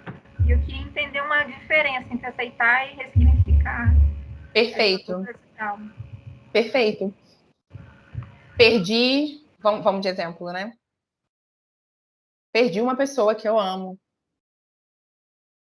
Como é que eu vou dar um outro sentido para a perda se eu ainda não aceitei que eu posso perder pessoas, que as pessoas podem não estar comigo em algum momento, de que eu sou limitado, de que eu sou frágil, de que eu sou vulnerável. Entende? Ó, o primeiro degrau. Às vezes parece óbvio, né, gente? A gente fala quando a gente está fora da dor, né? De alguma forma. Mas é porque a gente quer passar para a etapa logo de que, assim, né? Ou de que eu já entendi, não, é assim mesmo, a gente cresce, algum dia eu vou entender, ou até na espiritualidade, né? A vontade de Deus, a gente... Tudo isso é um processo de ressignificação, que para mim só faz sentido quando a gente ocupa o primeiro degrau da aceitação, que passa por olhar para você e entender a sua vulnerabilidade, a nossa limitação. Entende, Mari? E aí, isso que você colocou é fantástico, assim. Algumas coisas, e boa parte delas na nossa vida, a gente vai mudar e poder ressignificar, né? Ressignificar nesse aspecto. Essas habilidades de tolerância ao mal-estar, a gente trabalha muito também com o paciente que tem coisas que não vão mudar. E não dá para ressignificar. Situações de violência, por exemplo, né? E aí a gente querer forçar o paciente, não, você pode olhar para o outro lado, que sei lá, agora você pode ajudar outras pessoas que... Ih, gente, esquece isso. Não, Aí a gente vai ficar na tolerância mesmo, porque aquilo ali, para doer menos, até doer um tanto, que a pessoa maneja, fala daquilo. Mas você viu, né, Mari? Até doer um tanto que, ok, porque tem coisas que vão ficar nesse lugar. Não tem jeito. Faz sentido, Mari?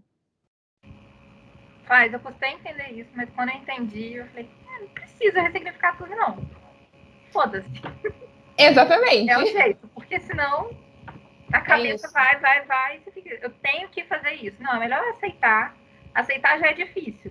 Ressignificar, então, coisas que machucam, não, eu consigo lidar, isso que você falou.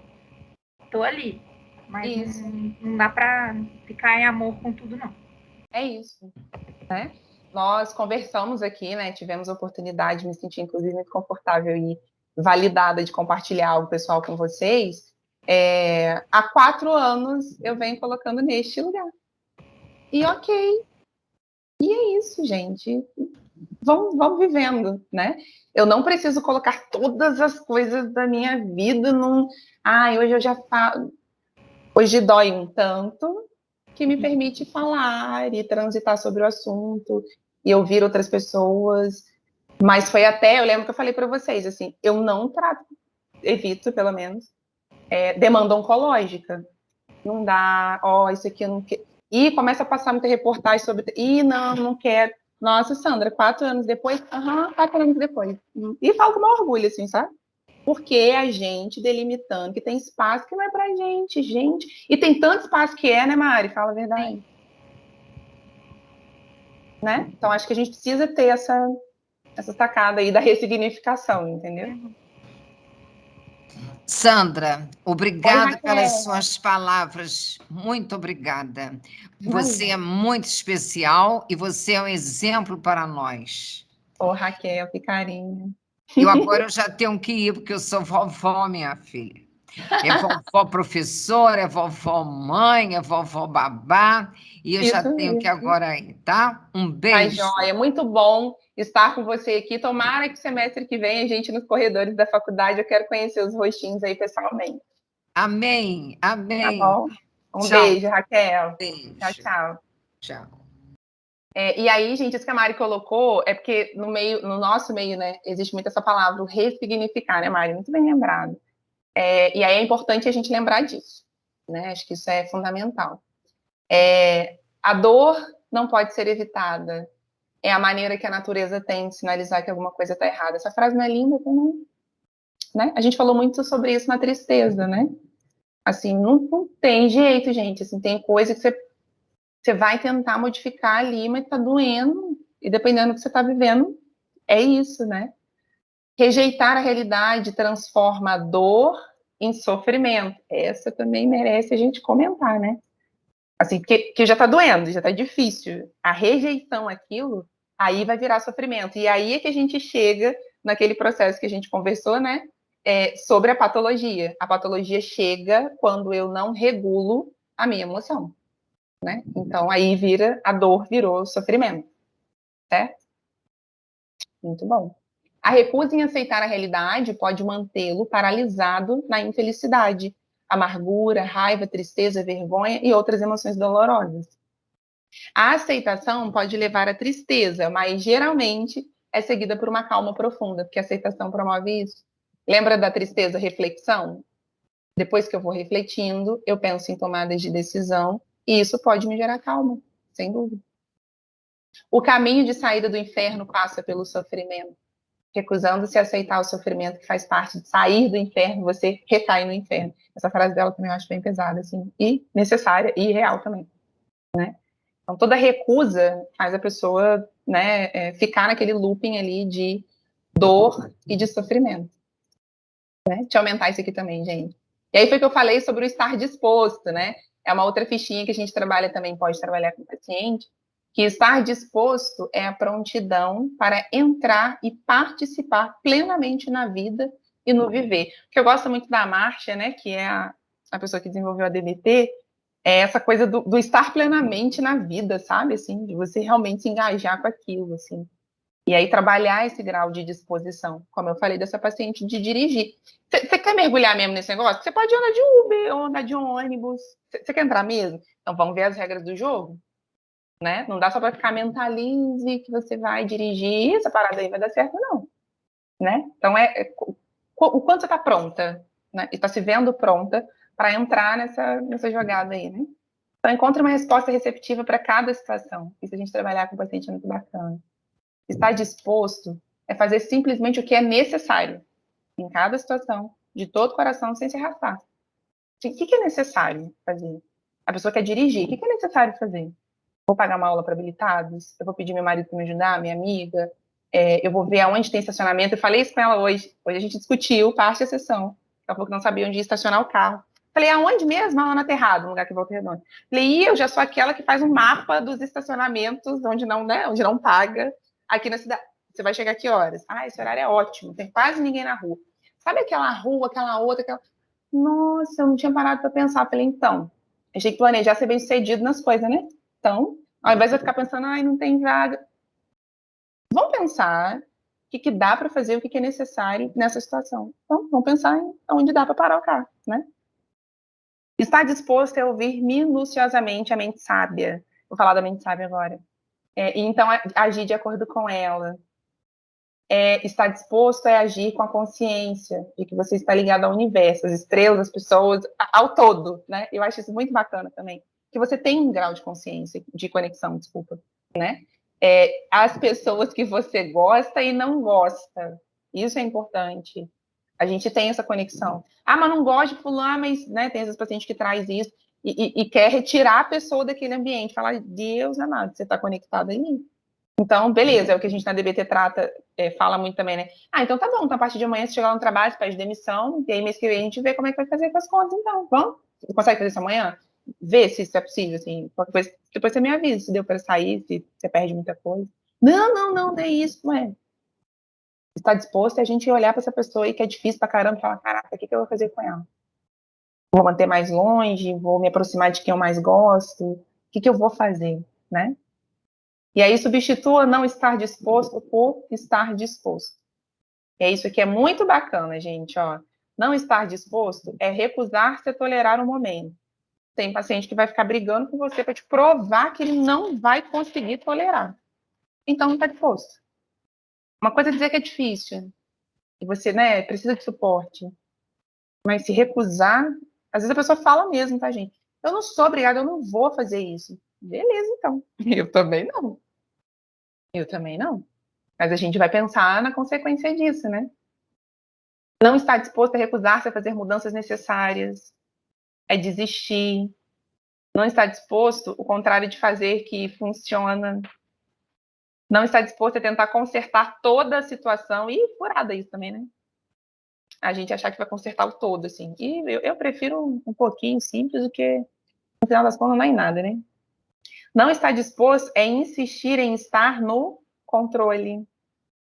Não está disposto é apego ao eu quero, tem que ser do jeito que eu quero, aquilo que eu falo, aquilo. E essa paciente que eu falei, né, que de manhã eu atendi ela falando sobre essa coisa do controle, ela tá vendo uma casa aí no final do ano, né, para passar o ano novo com as amigas acho que em Cabo Frio, sem praia, alguma coisa assim. E aí ela tá vendo lá no grupo, né, que provavelmente vai ficar um pouco mais caro, porque das pessoas desistirem e tal.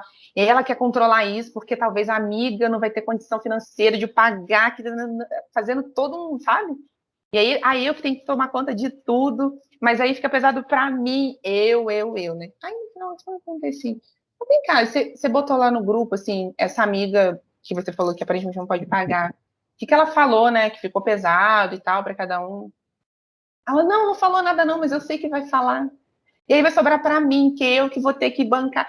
Aí eu falei, não, então, isso é o que você acha? Não aconteceu? Não aconteceu. Eu falei, não, mas existe algum combinado, assim, né, de que se a pessoa não tiver como pagar, ela tem até uma data para avisar? Não, todo mundo já confirmou. Eu falei, então eu não entendi o nível do sofrimento. Mas tá vendo? Eu e eu. Só não consegue olhar, né, que tem um funcionamento ali extra ego, né, assim.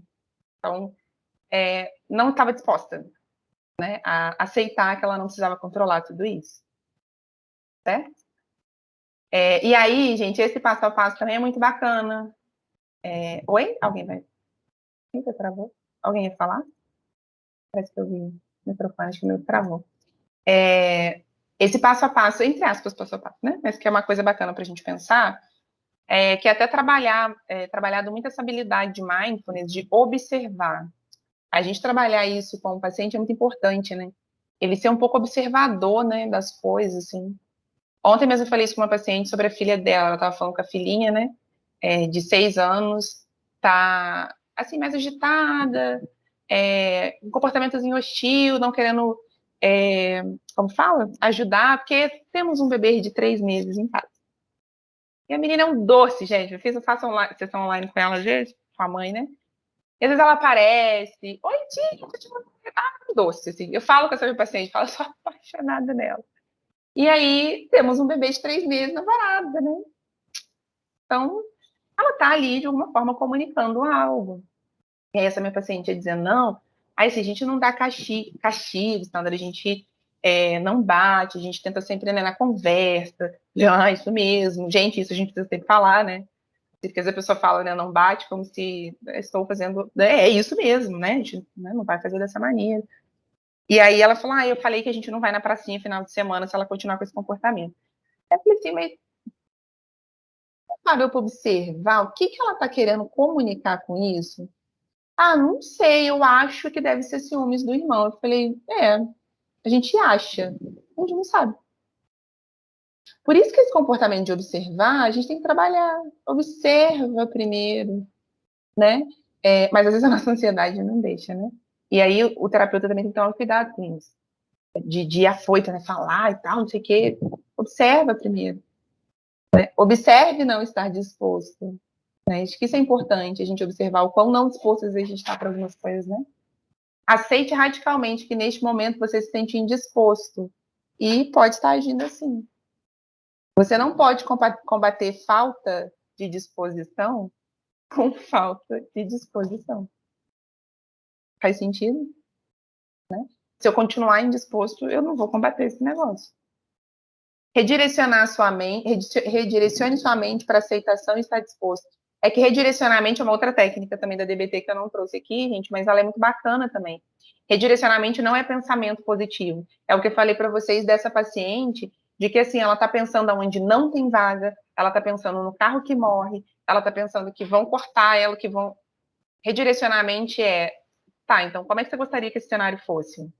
Você queria saber aonde estacionar, você queria saber como reagir nas situações de nervosismo e tensão, então vamos direcionar a mente para isso, né? Então a gente precisa fazer esse exercício, que não é de pensamento positivo, é de ferramenta, né?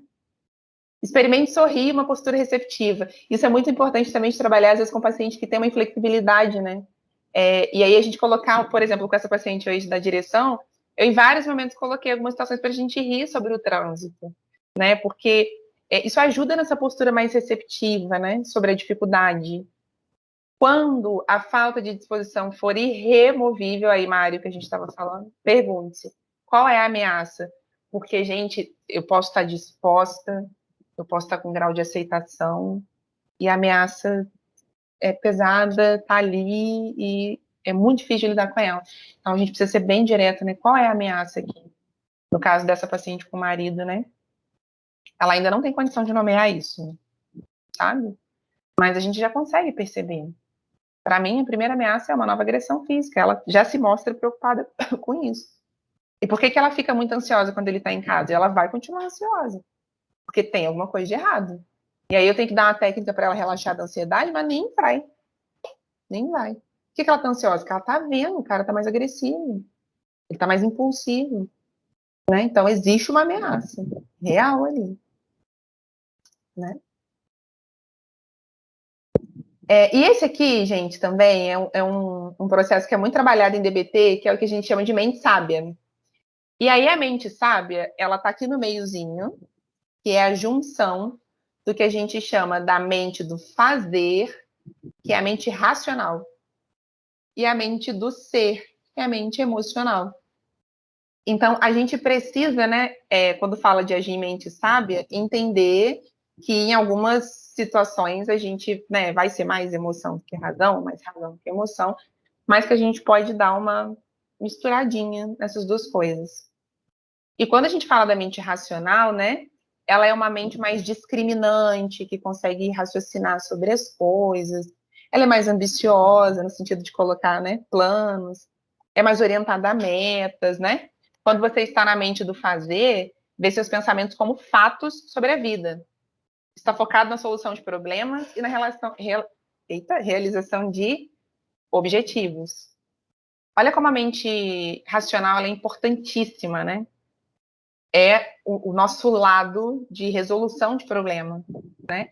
De enxergar fatos. Só gravem esse ponto do fatos que eu vou voltar depois. A mente do ser, que é a mente emocional, é uma mente mais curiosa, né? Esse do nada fazer, gente, é da espontaneidade, orientada para o presente. Quando você está na mente do ser, vê seus pensamentos como sensações, né? Está focado na singularidade, cada momento, abrindo mão de focar em metas. Então, tem situações que a gente está mais no ser do que no fazer. Tem situações que a gente está mais no fazer do que no ser. Geralmente, o paciente com desregulação, ele está mais no ser, certo? E aí, a mente sábia é um equilíbrio de fazer e ser. É o caminho do meio, que eu acho fantástico na DBT, de falar desse caminho do meio, né? Os meio hábeis, abrir mão de ter que realizar metas por inteiro. Então, quando eu pego o paciente, né, com um processo de desregulação muito grande, né? E aí ele vai te contar, por exemplo, que está passando por uma situação difícil, que está com medo de perder o emprego, que acha que as coisas não estão fáceis, que pode ser que fique pior. Ó, essa fala ela é bem mente-ser, né? Aí a gente, às vezes, vai precisar ser a mente racional do paciente. Falar, mas vamos lá, vamos aos fatos. Isso é muito importante, gente, na terapia. Porque a gente tem, obviamente, que fazer validação com o paciente, mas a gente tem que tomar cuidado, porque se a gente também entra muito na mente do ser ali, fica os dois no emocional e não vai, né? Mas a gente precisa retomar isso, né? E de ajudar o paciente a entender assim, caramba, peraí, é verdade. Eu tenho fatos de que eu posso perder esse emprego? Cara, às vezes tem. Às vezes a pessoa tá faltando, chegando atrasada, não tá cumprindo lá a meta e tal. Mas às vezes, gente, quase sempre, né? A gente vai checar fatos. Quando eles existem, as pessoas conseguem lidar melhor do que imaginavam, né? E boa parte deles existiu uma grande catástrofe na perspectiva dela. Então, por isso que a gente precisa ajudar o paciente a identificar a mente do fazer. Porque em alguns momentos a gente não vai encontrar fatos. Aí a pessoa fala, não, mas é porque eu achei... Essa paciente, por exemplo, que eu falei agora, né? Da casa de final de ano. Quando ela começou e foi rendendo aquele assunto, aí na minha cabeça, eu só tava assim, a menina falou alguma coisa que ela não ia poder pagar, veio essa pergunta na minha cabeça, né? Que ela falou assim, não, mas é porque eu sei que ela não tem assim, uma condição financeira muito boa, eu sei que ela vai se apertar para ir. Aí eu tô na minha cabeça assim, gente, mas ninguém vai assumir de passar Réveillon numa casa, não tem dinheiro, né? E não tá contadinho ali, certamente fez uma reservinha, ou sei lá, vai passar no cartão. Cara, a pessoa quer ir. A pessoa falou que vai, a pessoa vai. Tô escutando ela, tô escutando. A menina falou alguma coisa no grupo? Aí foi quando eu perguntei pra ela, né? A menina falou alguma coisa no grupo? Não. Falei, então a discussão acabou aqui, né? Entendeu? Aí, só que o paciente, ele tá tão na mente emocional que ele não usa a mente sábia. E aí, quando a gente entra com a razão, é para ajudar o paciente a juntar. No caso dessa paciente, por exemplo, como é que eu juntei com ela, né? Olhar em mente sábia. Assim, olha, você é uma pessoa muito sensível, você se preocupa com seus amigos, né? Você está preocupado que você quer que saia tudo bem no ano novo, você quer aproveitar esse momento. Ela mora fora do Brasil, não vem para cá desde que a pandemia começou. Então, assim, né? Ela quer muito estar com essas pessoas, é muito importante, né? Não quer que nada, entre aspas, possa atrapalhar esse momento. E ela não pode subestimar a capacidade das pessoas de pagarem e bancarem esse encontro. Entende? Então, a gente vai em mente, sabe, assim. Você gosta muito dos seus amigos, quer muito estar com eles, valoriza essa amizade. Olha que bacana isso. Beleza. E não subestima a capacidade dessa galera de pagar o negócio. Entende? Aí a gente vai em mente sábia para conseguir observar. Gente, acho que uma das principais coisas, né, de DBT que me marcou muito foi esse caminho do meio, porque eu falo, cara, a gente ou é muito racional ou é muito emocional, né, na vida. Eu falo que DBT primeiro foi para mim, assim. E aí, hoje em dia, eu tento sempre fazer esse processo, né? De que assim, tá, Sandra, essa é você emoção, mas tem fatos? Aí, conjunta as duas coisas e vamos pensar na tomada de decisão. Gente, sempre que é possível, né? A gente consegue todas as vezes? Não. Consegue em todas as situações? Não. Mas é importante a gente entender, né? Eu gosto muito dessa ideia do caminho do meio, para entender que existem habilidades aí que são possíveis para isso, né? Alguma pergunta, gente, sobre as habilidades, sobre o treino, dúvidas? Sobre uma pequenina parte, né, de habilidades. Comentários. Você acha que serve? Você acha que é difícil?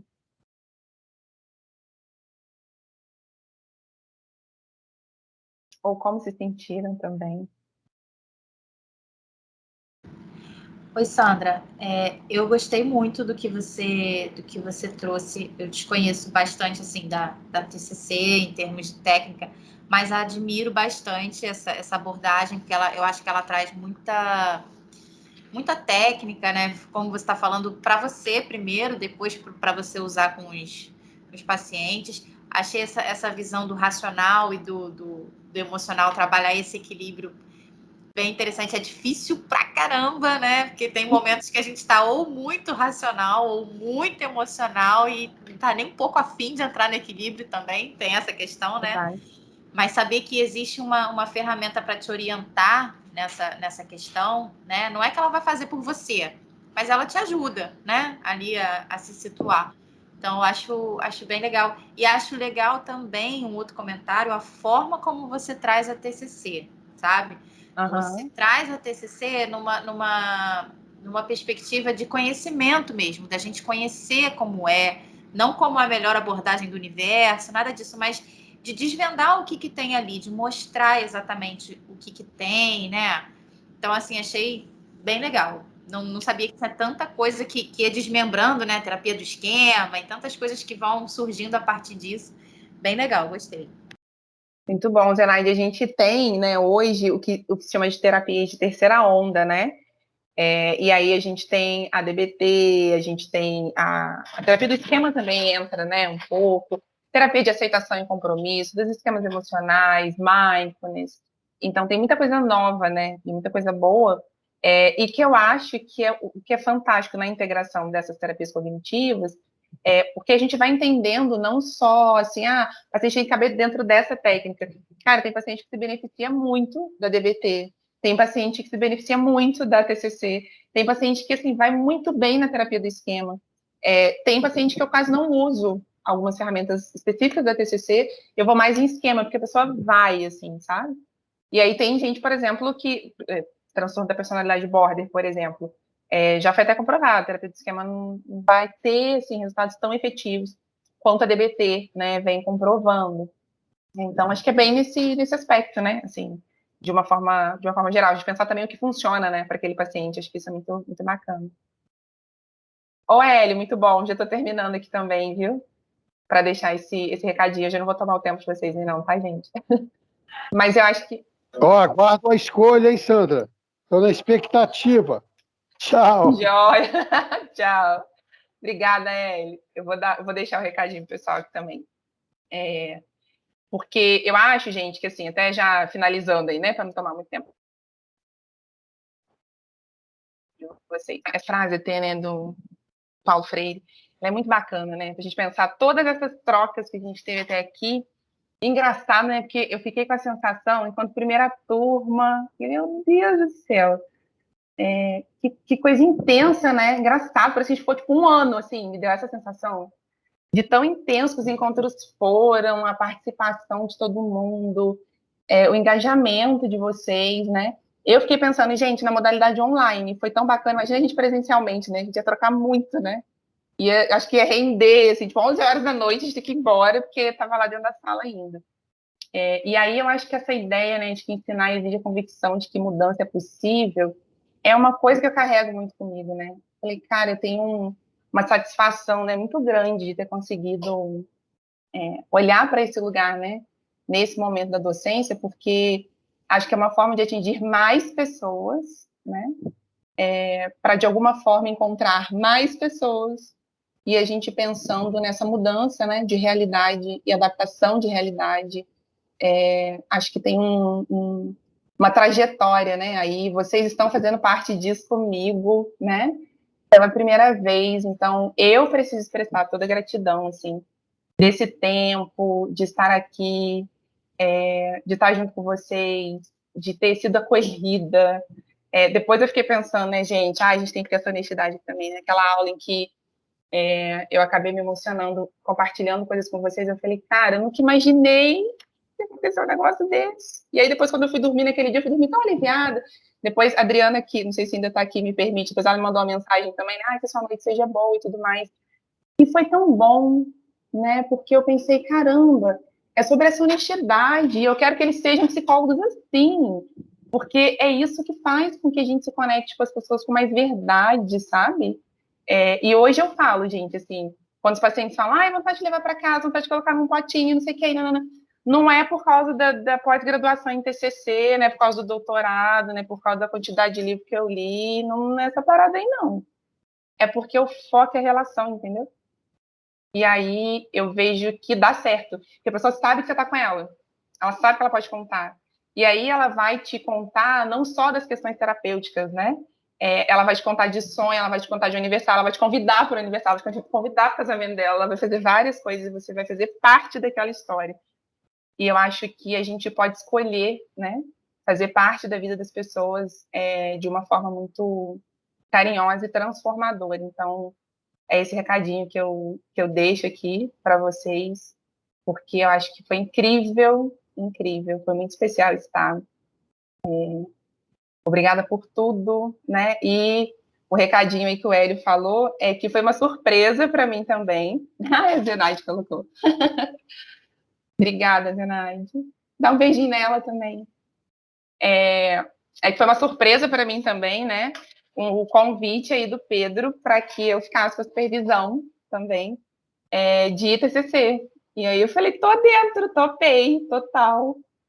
Então, semestre que vem, se Deus quiser, teremos mais esse desafio. Fiquei muito feliz. Falei, meu Deus do céu, como é que vai ser isso? Como é que vai ser que a gente vai embarcar junto nessa? Vai E ter que aumentar o número de vagas, né? Porque vai bombar de candidatos para essa supervisão.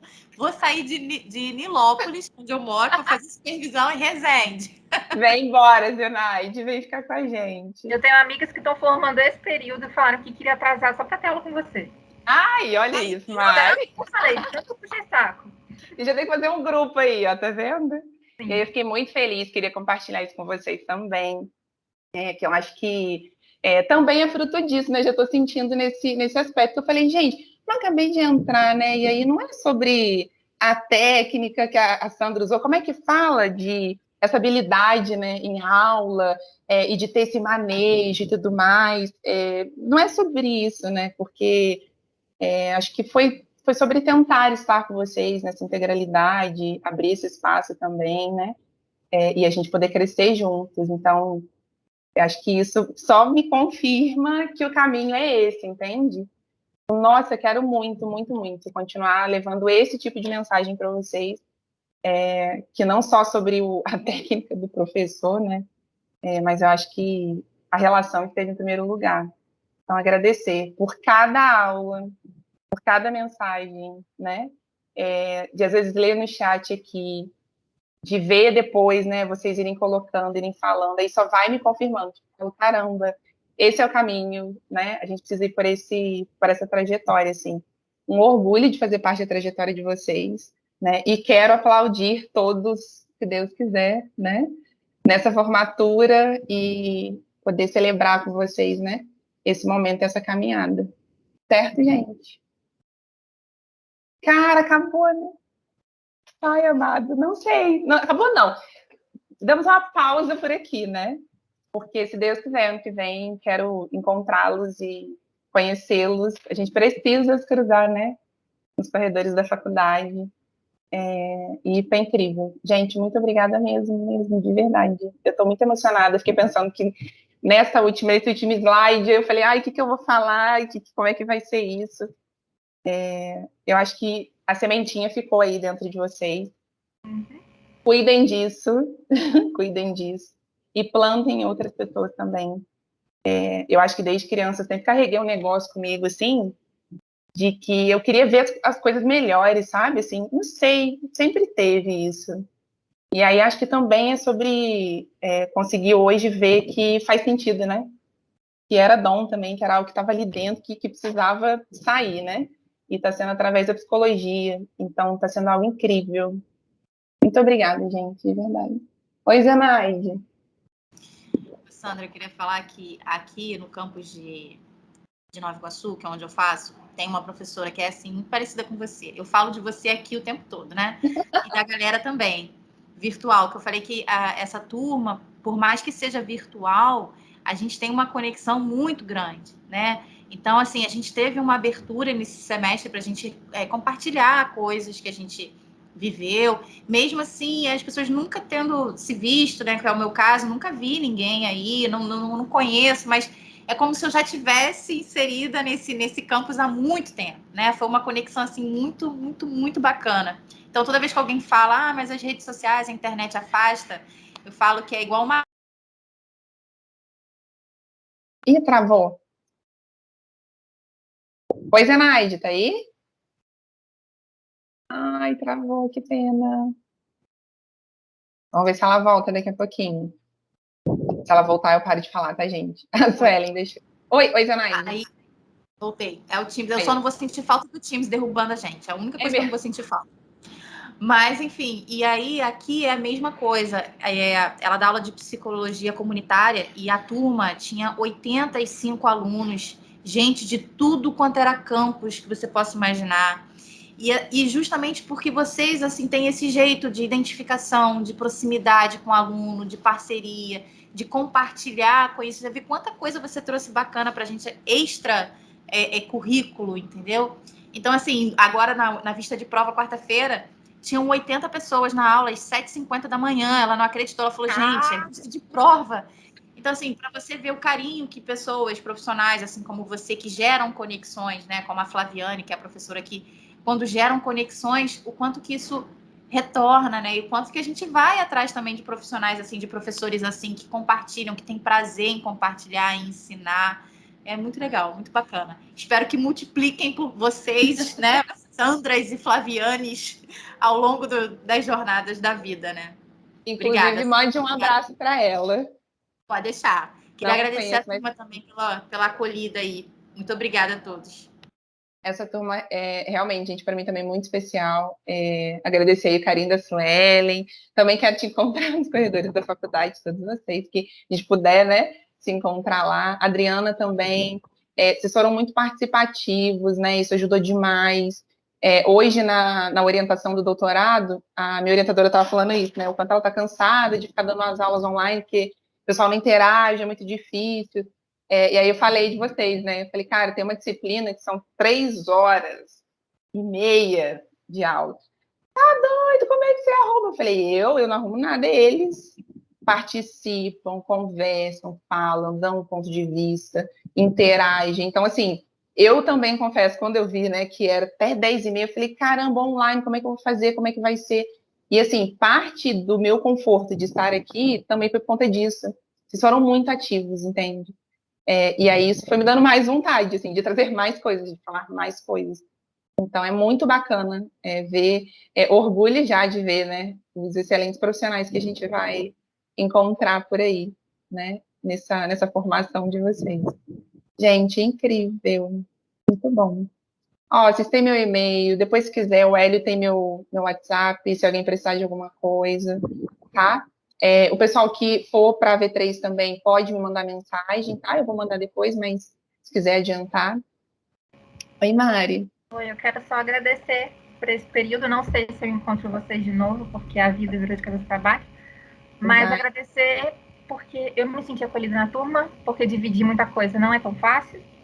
E aqui, às vezes, eu esqueci que eu estava na frente de tanta gente que eu nunca vi, que eu não conheço, e falei. E eu acho que a psicologia é isso. É a gente conseguir falar e dividir. Eu costumo falar que tudo é troca. Então, é trocar com todos vocês. Obrigada, Sandra. Você é um anjo. Aí, e com certeza eu vou continuar com a faculdade. E eu quero você de novo na minha vida. Ô, Mari, eu acho que foi um aprendizado também, né? Quando você também decidiu compartilhar sobre a sua vida, sobre essa experiência aqui com a gente. Eu confesso que foi uma aula em que eu desliguei e fiquei assim, caramba, e agora, né? Se a gente estivesse ali juntas, né? Era te abraçar. Sandra, eu termino a aula, eu fico assim, toda vez que eu falo sobre isso do meu pai, eu fico assim, caralho, eu soltei essa bomba, e a pessoa fica, e eu tô assim, já o tempo já me tô anestesiada, né? E eu esqueço como que as outras pessoas vão ficar. Por isso que às vezes eu evito falar, mas ao mesmo tempo que eu sinto que eu preciso falar. Muito, e porque então, você ativou em nós, assim, falando por mim, mas acho que pelos colegas também, né? Ativou esse grau de empatia, mas mais para mim ainda foi assim, caramba, existe algo especial nessa turma da escuta, do acolhimento, da validação, né? E que te permitiu fazer isso, né, Mari? E aí, assim, como a gente conversou aquele dia, num ato de muita coragem. Então, o psicólogo, né, gente, ele é corajoso o suficiente quando se coloca nessa vulnerabilidade, né? E aí vai dando um conforto maior, a gente saber que não tem que ficar sendo forte o tempo todo. Então é incrível isso. E o que você fez aqui, né, foi exatamente isso. Certo? Obrigada. Gente, imagina. Para o pessoal da V3, gente, eu vou mandar, vou encaminhar para o Hélio direto, porque aí ele consegue mandar, se eu não conseguir direto o e-mail de todo mundo, né? Mas a gente vai se contactando. Se quiserem vir falar direto comigo, pode mandar mensagem aqui no Teams, tá? Que eu só vou finalizar, que amanhã tem uma parte para finalizar na faculdade aqui de Volta Redonda também. E aí, no final de semana, eu vou pegar um tempinho para só dar as indicações, né, do que estudar para a V3, tá? Para ajudar, dar uma filtrada, né? Porque é muito conteúdo, mas para direcionar um pouquinho melhor. Tá bom? É mesmo, Zenaide, você precisa vir aqui para a gente combinar esse café, né? A gente precisa de um café todo mundo. Eu vou, gente. Eu vou aí tomar um café com vocês, conhecer todo mundo pessoalmente, bater papo. Eu acho que a gente precisa e merece esse momento, né? Certo? Gente, então é isso. Fico por aqui. tá? O que precisarem, estou à disposição. Podem contar comigo, tá? Ô, Ariana, e a gente continua lá, né, gente, pelo Instagram, quem quiser, a gente vai conversando, né, a gente vai se vendo e se conectando, fazendo essas nossas conexões aí, tá bom? Um beijo para vocês. Dúvidas sobre a V3, pode me mandar mensagem, não precisa ficar angustiado, ansioso aí, mas eu vou botar até sábado no máximo as informações para a V3, tá bom, gente? Beijinho para vocês. Ai, boa noite. Olha a pessoa pegada, né? O boa noite mais preso do universo agora. É do tipo, a gente pode continuar conversando e falando outras coisas. Foi tipo isso agora. Ó, se cuidem, tá? Esse foi. Sandra, ninguém quer sair da sala. Quem vai ser o último? Interessante. Boa, Não é, Adriana? Olha Quem aí. vai apagar a luz? É. Foi muito bom, gente. E, de fato, né, essa despedida, ela é desafiadora, mas se Deus quiser, ano que vem a gente vai estar junto na faculdade. Em novos desafios aí, mas mais próximos também. Sandra, eu só queria colocar uma frustração. Das primeiras aulas que eu tive, foi de saber que o paraíso que você falava, que você tem um trabalho, né, um trabalho comunitário, e eu falei assim, gente, eu vou me candidatar, eu quero ir me voluntariar para esse trabalho também, e achando que era um paraíso aqui em Resende. E quando eu descobri que era um paraíso em Volta Redonda, eu falei, não vai ser possível. Mesmo. Tem um paraíso aí, né? Sim. É verdade. Sim. Aí eu fiquei, me frustrei, mas assim, passou. Mas, nossa, e Adriana, a gente, assim, né, se Deus quiser, ano que vem, dando para organizar, trazer vocês para um evento, né, alguma coisa aqui que a gente vai fazer. Agora, no dia 20, a gente fez um sobre o Dia da Consciência Negra. Gente, fotos maravilhosas das crianças. A gente conseguiu uma voluntária para produzi-las. Ficou a coisa mais linda, assim, sabe? A coisa mais linda. Podia até ter mostrado também. Mas a coisa mais linda, assim, fiquei apaixonada.